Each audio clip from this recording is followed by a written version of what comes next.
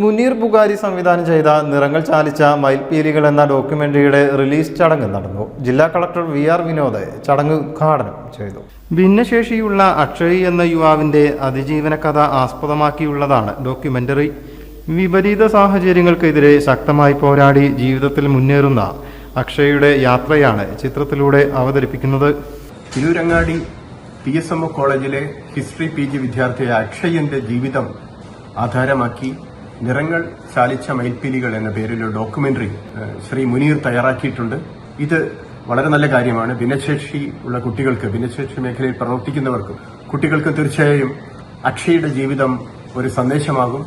ഇത്തരത്തിലുള്ളവരുടെ ഉന്നമനത്തിന് സഹായകരമായ രീതിയിലാണ് ഈ വീഡിയോ. ഇത് പരമാവധി പേരിലേക്ക് എത്തിക്കുന്നതിന് വേണ്ടി നടപടികൾ സ്വീകരിക്കണമെന്ന് അഭ്യർത്ഥിക്കുന്നു. യുവാക്കളെയും പൊതുസമൂഹത്തെയും ഏറെ പ്രചോദിപ്പിക്കുന്നതാണ് പ്രമേയം. സംവിധായകൻ മുനീർ ബുഖാരി, സിനിമ ഹ്രസ്വചിത്ര സംവിധായകൻ ഹാരിഷ് റഹ്മാൻ, തിരൂരങ്ങാടി മുനിസിപ്പൽ കൗൺസിലർ സുജിനി, പൊതുപ്രവർത്തകരായ അഷ്റഫ് കളത്തിങ്ങൽപ്പാറ, അസൈനർ, പ്രദീപ് അരയങ്കര, വിവിധ മേഖലയിലുള്ളവർ എന്നിവർ റിലീസ് ചടങ്ങിൽ പങ്കെടുത്തു. ഭിന്നശേഷിക്കാർക്കു നേരെ തുടരുന്ന സാമൂഹിക സമീപനങ്ങൾ മുൻനിർത്തിയുള്ള ചർച്ചയും നടന്നു. News desk media vision.